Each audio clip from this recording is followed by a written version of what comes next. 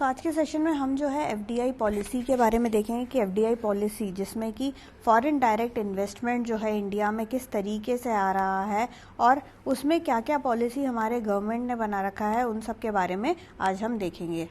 अगर हम government of India की बात करें तो गवर्नमेंट ऑफ इंडिया ने काफ़ी सारी चीज़ों को ऑटोमेटिक कर रखा है। काफ़ी सारा जो इन्वेस्टमेंट है या तो दो तरीक़ों से आ सकता है, या तो it could be in the form of automatic route या फिर आपको जो है अप्रूवल लेना पड़ेगा। ओके, अप्रूवल आप किसका लोगे? आप गवर्नमेंट ऑफ इंडिया का ही अप्रूवल लोगे। तो जो भी पैसा बाहर से इंडिया में आता है वो दो तरीक़ों से ही आ सकता है, या तो ऑटोमेटिक रूट से आएगा जो खुद ब खुद आ जाएगा, and second one is your approval route जिसमें आपको गवर्नमेंट ऑफ इंडिया से जो है परमिशन लेना ज़रूरी होगा। ये परमिशन इसलिए लेना होता है क्योंकि कुछ ऐसे सेक्टर्स होते हैं, कुछ ऐसी एक्टिविटीज़ होती हैं जो कि थोड़ा सा जो है प्रोटेक्ट करके रखा हुआ है। तो उन सब में जो है अगर बाहर से फॉरेन से किसी को इन्वेस्टमेंट करना है उस क्षेत्र में या फिर उस एरिया में या फिर उस एक्टिविटी में उस बंदे को इन्वेस्ट करना है या फिर उस कंपनी को इन्वेस्ट करना है तो उसको जो है परमिशन लगेगा ही लगेगा। तो यहाँ पे दो तरीक़ों से जो है हम लोग कर सकते हैं। एफडीआई जो है 100%, अगर आप एफडीआई ऑटोमेटिक रूट से ला रहे हो तो 100% एफडीआई जो है वो अलाउड होता है फ्रॉम योर ऑटोमेटिक रूट। और देखो काफ़ी सारी ऐसी एक्टिविटीज़ होती है जिनमें इंडस्ट्रियल लाइसेंसिंग वगैरह चाहिए होता है, तो उसमें आपको इंडस्ट्रियल लाइसेंसिंग जो है वो लेना ही पड़ेगा, वो तो ज़रूरी ही होगा। कुछ चीज़ें होती है जहाँ पे आप जो है शेयर्स वगैरह खरीदते हो एफडीआई में, आप लोग जो है एफडीआई करने के लिए आप एक्वायर करते हो काफ़ी शेयर को of all the existing companies. India में एक कंपनी है, ये कंपनी एबीसी है। अब आप कैसे एफडीआई करना चाहते हो उसमें? By buying the share. अब आप उसमें शेयर्स वगैरह जो है एक्वायर करना चाहते हो, बट अगेन उसमें जो है सेबी का जो भी रेगुलेशन है, जो सेबी का गाइडलाइंस है, वो सब आपको फॉलो करना पड़ेगा। तो वैसे ऑटोमेटिक रूट से आपका 100% एफडीआई जो है फॉरेन डायरेक्ट इन्वेस्टमेंट जो है वो अलाउड है। नेक्स्ट अगर हम बात करें पॉलिसी की, ये जो एफडीआई पॉलिसी होता है ये जो है लिबरलाइजेशन के बाद ही हमको ये सब मिला था। लिबरलाइजेशन में जो है हमको प्राइवेटाइजेशन, ग्लोबलाइजेशन, ये सारी चीज़ें 1991 में हुई थी और इसके बाद ही जो है ये एफडीआई पॉलिसी वगैरह हमारे हाथ लगा था। और ये ऑनगोइंग बेसिस में, ऐसा नहीं है कि एक बार बन गया तो बन गया, ये जो है कंटिन्यूस बेसिस पे जो है ये रिव्यू होता रहता है कि अगर लगे कि भाई कोई हमें कोई सी चीज़ में छूट देनी चाहिए तो ऐसे चीज़ों में, ऐसे प्रोडक्ट्स में हम छूट भी दे देते हैं।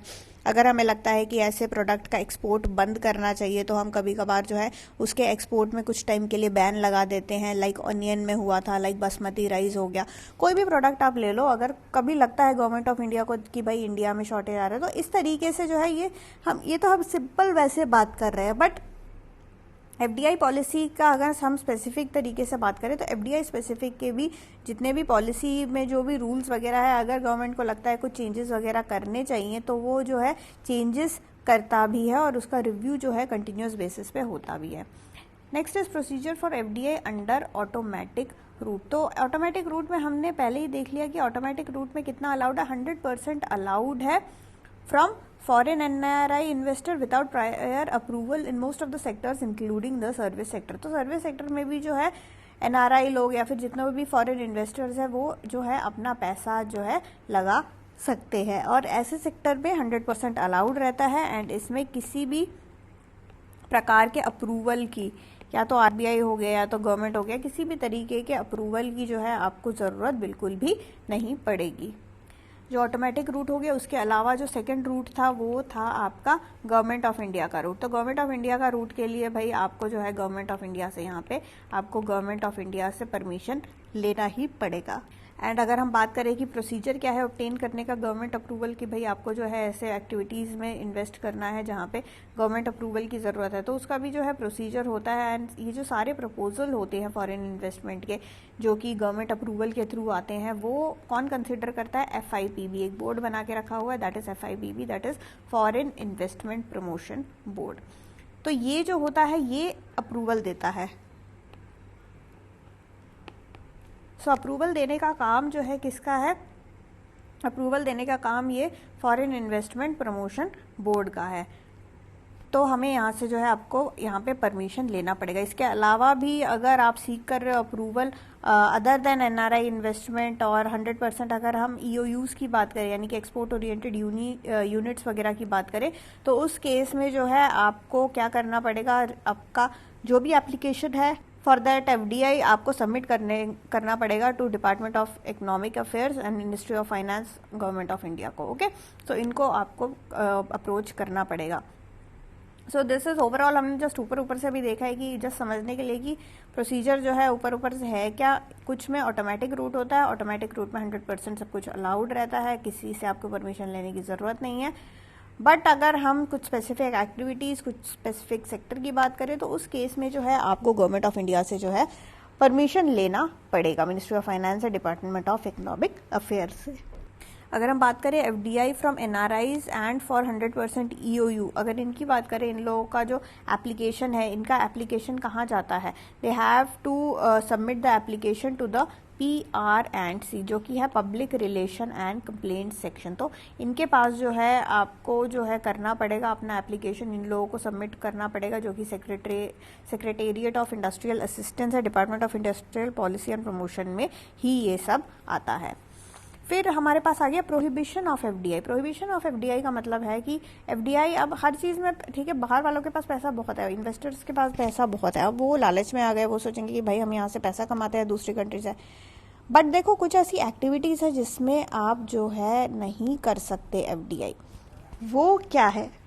वो चीज़ें हो गई जैसे गैम्बलिंग हो गया, बेटिंग हो गया, लॉटरी हो गया, चिट फंड्स हो गया, निधि कंपनीज हो गए, हाउसिंग रियल एस्टेट बिजनेस जो हो गया आपका, रियल एस्टेट बिजनेस आपका, अगर हम बात करें बिल्डअप इंफ्रास्ट्रक्चर वगैरह की बात करें, तो ये सारे, इन सारे चीज़ों में जो है आप क्या नहीं कर सकते, यू आर प्रोहिबिटेड, आप इन चीज़ों में नहीं घुस सकते। आप एफडीआई के लिए एफडीआई इन चीज़ों में नहीं लगा सकते हो। प्लस एटॉमिक एनर्जी हो गया, एग्रीकल्चर हो गया, प्लांटेशन एक्टिविटी हो गया, एग्रीकल्चर हो गया, एग्रीकल्चर में भी आपका हॉर्टिकल्चर, फ्लोरिकल्चर, ये सारा, एनिमल हस्बेंड्री हो गया, ये सारा चीज़ें जो है इंक्लूड होता है। इन सब चीज़ों में, टी प्लांटेशन, इन सब चीज़ों में आप क्या कर सकते हो, आप क्या नहीं कर सकते हो, आप एफडीआई बिल्कुल भी नहीं कर सकते। तो बाहर से कोई ऐसा बंदा है जो कि इन्वेस्ट करना चाहता है प्लांटेशन में, वो नहीं कर सकता। कोई बंदा है जो इन्वेस्ट करना चाहता है, वो अपना पैसा लगाना चाहता है गैम्बलिंग में, वो नहीं कर सकता। वो लॉटरी में लगाना चाहता है पैसा, वो बिल्कुल भी नहीं कर सकता। तो ये ना कुछ ऐसी चीज़ें हैं जिसमें जो है एफडीआई पॉलिसी के अंदर जो है हमने बैन लगा रखा है, एकदम प्रोहिबिट कर रखा है कि आप इन चीज़ों में जो है, इन एरियाज़ में आप क्या नहीं कर सकते, आप बिल्कुल भी इन्वेस्ट नहीं कर सकते। Next is with respect to some of the general permission जो कि आरबीआई ने दिया हुआ है अंडर फेमा। आरबीआई ने जो है ग्रांट कर रखा है general permissions under FEMA in respect of various permissions जो कि गवर्नमेंट ऑफ इंडिया अप्रूव करता है। एंड इंडियन कंपनीज जो होती हैं, इंडियन कंपनीज जिनको जो है अप्रूवल मिलता है, इन्वेस्टमेंट अप्रूवल मिलता है वाया FIPB, उनको जो है फर्दर जो है आरबीआई के क्लियरेंस की आगे जो है ज़रूरत बिल्कुल भी नहीं है। For the purpose of receiving these remittances, जो भी आपका जो है फंड इनफ्लो होगा, जितना भी पैसा आपका आएगा वाया एफडीआई, तो उसमें जो है आपको, अगर इस रूट से आ रहा है तो आपको जो है आरबीआई का स्पेशल अलग तरीके से कुछ परमिशन की ज़रूरत नहीं है। सो जनरल परमिशन जो है आरबीआई ने दे रखा है under FEMA for all of this thing. Next is investment by existing companies. तो जो नए कंपनीज है वो तो एफडीआई ऑटोमेटिक रूट के थ्रू तो ला ही सकते हैं। इसके अलावा यही सेम फीचर्स जो है जो ऑलरेडी एग्जिस्टिंग कंपनीज है उनको भी जो है, उन पे भी ये चीज़ लागू होता है। ऐसा नहीं है कि नए कंपनीज पे ही ये चीज़ें लागू होगा, जो ऑलरेडी एग्जिस्टिंग कंपनीज है उन पे भी ये चीज़ें लागू होगा। Next is participation of international financial institutions. अब इसमें जो इक्विटी पार्टिसिपेशन है, इक्विटी पार्टिसिपेशन होता है इंटरनेशनल फाइनेंशियल इंस्टीट्यूशंस का, जैसे कि एडीबी हो गया, आईएफसी हो गया, वो सारा अगेन जो है ऑटोमेटिक रूट के द्वारा वो सारा क्या है, वो सारा आप कर सकते हो, वो सब कुछ जो है अलाउड है, उसमें पैसा आना जो है वो परमिटेड है वाया दिस ऑटोमेटिक रूट। तो जो भी इंटरनेशनल फाइनेंशियल इंस्टीट्यूशंस हैं वो सारे इस रूट के थ्रू जो है कर सकते हैं, पैसा अपना इन्वेस्टमेंट वगैरह कर सकते हैं। बट ऑब्वियसली आपको देखना पड़ेगा, आप ऐसे चीज़ों में मत जाओ कि जो कि प्रोहिबिटेड हो, या फिर जिसमें परमिशन लेना पड़ा, वो चीज़ तो आपको ऑब्वियसली देखना ही पड़ेगा। नेक्स्ट आपके पास आता है एडीआर और जीडीआर। एडीआर और जीडीआर का कॉन्सेप्ट जो है वो काफ़ी ज़्यादा ब्रॉड है, तो हम जस्ट एक शॉर्ट में देखेंगे और हम बस शॉर्ट में ये समझने की कोशिश करेंगे एडीआर जीडीआर में जो है इंडियन कंपनीज भी क्या कर सकते हैं। इंडियन कंपनीज क्या करते हैं, वो फॉरेन करेंसी को रेज करते हैं अब्रॉड। ओके, सो हमारा यहाँ पे एक इंडियन कंपनी है, कंपनी एबीसी, ये इंडिया के अंदर है, इसको जो है थोड़ा सा पैसा रेज करना है, वो भी फॉरेन करेंसी उसको रेज करना है। तो वो किस तरीके से कर सकता है, वो एडीआर और जीडीआर की मदद से फॉरेन करेंसी को या फिर फॉरेन करेंसी रिसोर्स जो भी आप कह लो उसको वो रेज कर सकता है। अब इंडियन कंपनी जो है it may issue its rupees denominated share to a person resident outside of India being a depository for the purpose of issuing ADR as well as GDR। तो अब इंडियन कंपनी के पास rupees जो भी shares है वो रुपी denominated shares है, obviously इसके पास जो भी शेयर्स होगा वो शेयर सारा INR वाला होगा, रुपी डिनोमिनेटेड शेयर्स होगा। इस शेयर को वो क्या कर सकता है, इस शेयर को इश्यू कर सकता है किसी ऐसे बंदे को जो कि बाहर रहता है, जिसके बिहाफ पे जो है हमें क्या मिलेगा, for the purpose of issuing ADR as well as GDR. अब एडीआर जीडीआर इशू करने के जो है कुछ कंडीशंस है और ये सारे कंडीशंस यहाँ पे जो है आपके बुक्स में दे रखा है। जैसे कुछ कंडीशन है कि it should be issued in accordance with the scheme for issue of foreign currency convertible bond. अब देखो ये सब आपको जो है फॉलो करना ही पड़ेगा, ये सारा जो भी स्कीम है इस स्कीम के अंडर ही आएगा। फॉरेन करेंसी कन्वर्टेबल बॉन्ड का जो स्कीम है या फिर ऑर्डिनरी शेयर की अगर हम बात करें, इन सब के अंडर ही करना पड़ेगा। और अगर इंडियन कंपनी है उसको अप्रूवल भी लेना पड़ेगा फ्रॉम मिनिस्ट्री ऑफ फाइनेंस, ताकि इस पर्पज़ के लिए एडीआर जीडीआर वगैरह पर्पज़ के लिए वो एलिजिबिलिटी भी हो।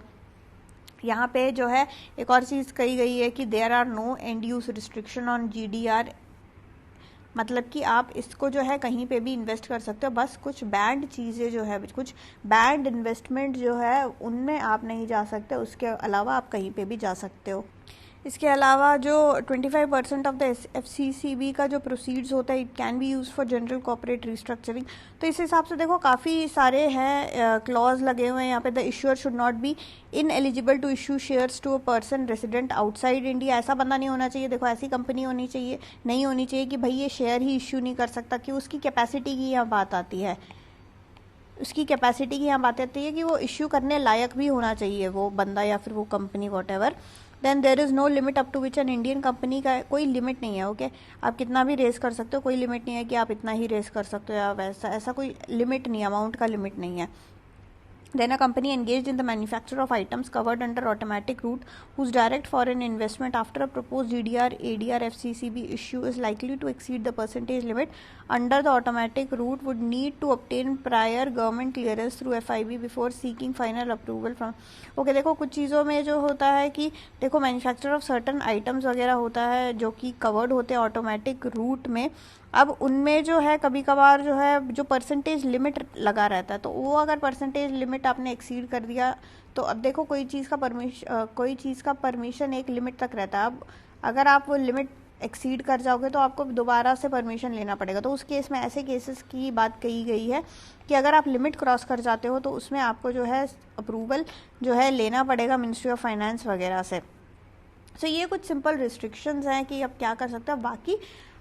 बाकी ओवरऑल क्या है, आप एक कंपनी हो, आप क्या कर सकते हो, आपको मनी रेस करना है, फॉरेन करेंसी रिसोर्स आपको रेस करना है, तो आप एडीआर और जीडीआर की मदद से, एडीआर यानी कि American depository receipts as well as अगर हम जीडीआर का फुल फॉर्म देखें that is global depository receipt, इससे जो है हम लोग फंडिंग जो है रेस कर सकते हैं।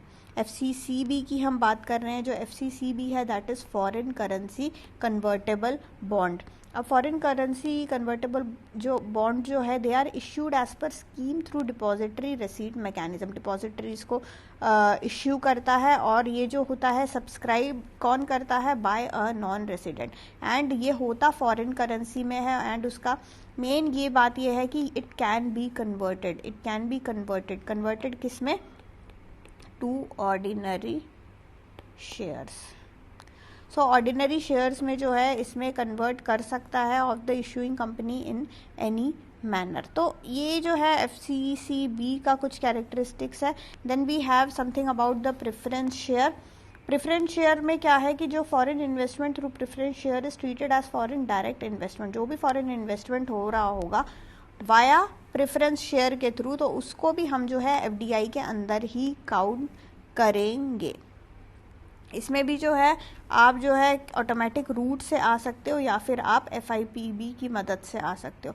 तो ये जो प्रपोजल है दोनों तरीके से, किसी भी रूट से ये चीज़ आ सकता है। बाहर से अंदर अगर पैसा आएगा प्रेफरेंस शेयर्स में अगर आएगा तो हम उसको एफडीआई के अंदर ही क्या करेंगे, हम एफडीआई के अंदर ही उसको काउंट करेंगे, भले ही वो एफडीआई रूट ऑटोमेटिक रूट से आया हो चाहे वो कि एफआईपीबी रूट से आया। तो ये जो है ये कुछ क्या है, ये किस तरीके से जो है फ्लो ऑफ एफडीआई हो रहा है इन इंडिया में किस तरीके से फ्लो इंडिया में किस तरीके से पैसा आता है और उससे रिलेटेड क्या क्या पॉलिसीज़ जो हैं, शॉर्ट पॉलिसीज़ जो है वो बना रखी हैं। कुछ चीज़ों में ऑटोमेटिकली पैसा आ जा रहा है, कुछ चीज़ों में, कुछ एक्टिविटीज़ में या फिर कुछ सेक्टर्स में आपको जो है परमिशन गवर्नमेंट का लेना ही पड़ता है। तो ये हमने एक बार जो है शॉर्ट में इसको देख लिया है।